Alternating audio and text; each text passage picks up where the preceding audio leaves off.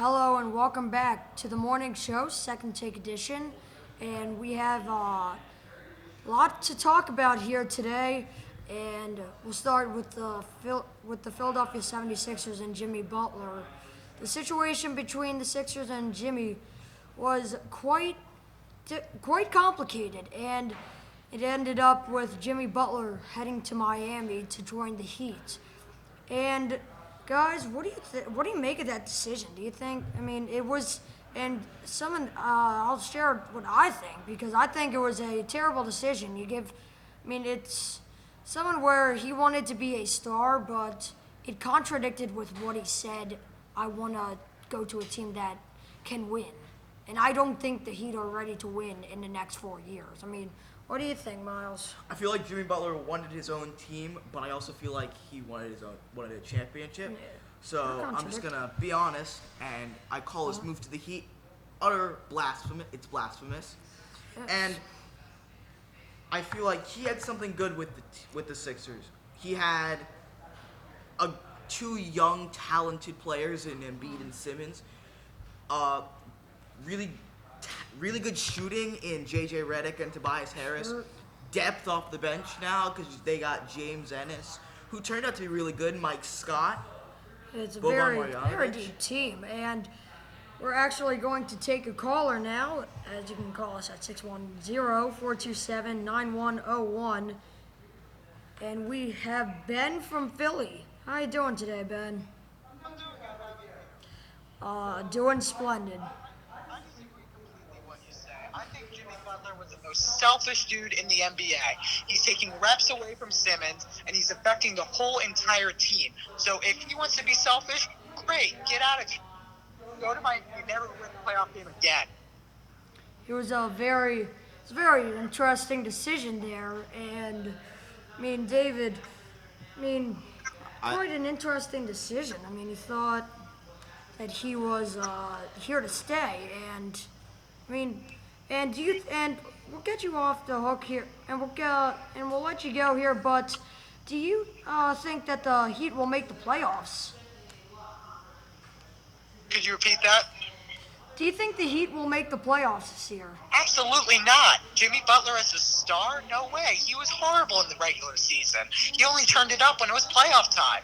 He can't produce anything. Jimmy Butler, one of those guys on the fringe that is an all-star, but is he really a superstar that can lead a team? We will see in the next 4 years. Thank you, Ben, for calling. Have a good day.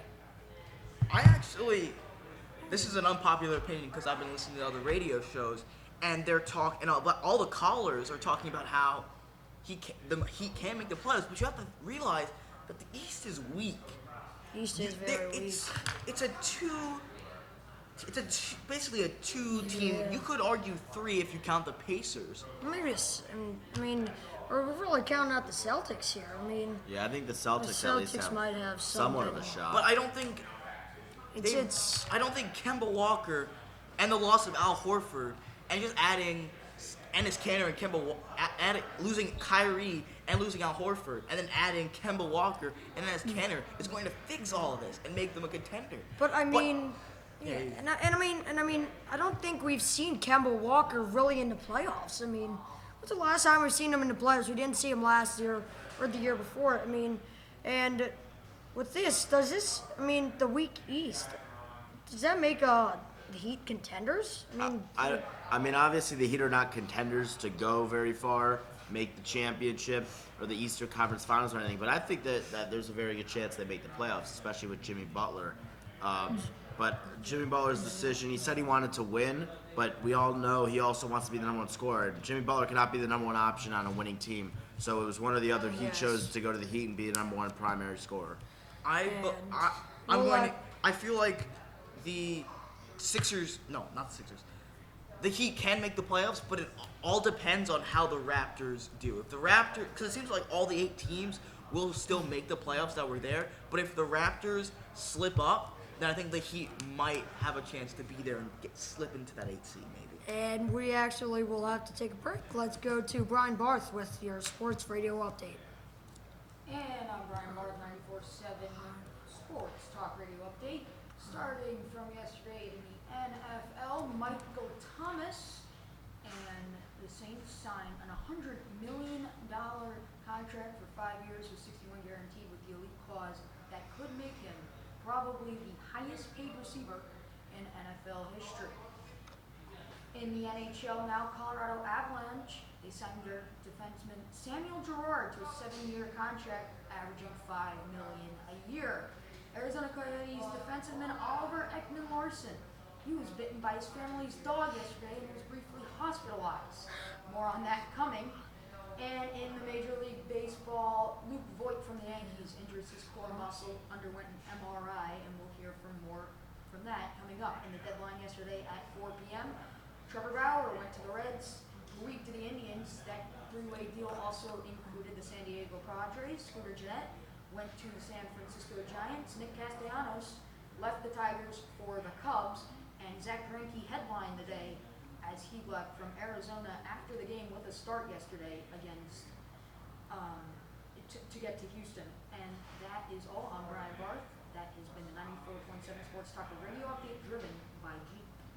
And thank you, Brian. And something pretty interesting. I did not know Oliver Ekman-Larsson bit by his dog, and it must be a bad bite to get you hospitalized. What do you rile him up that much?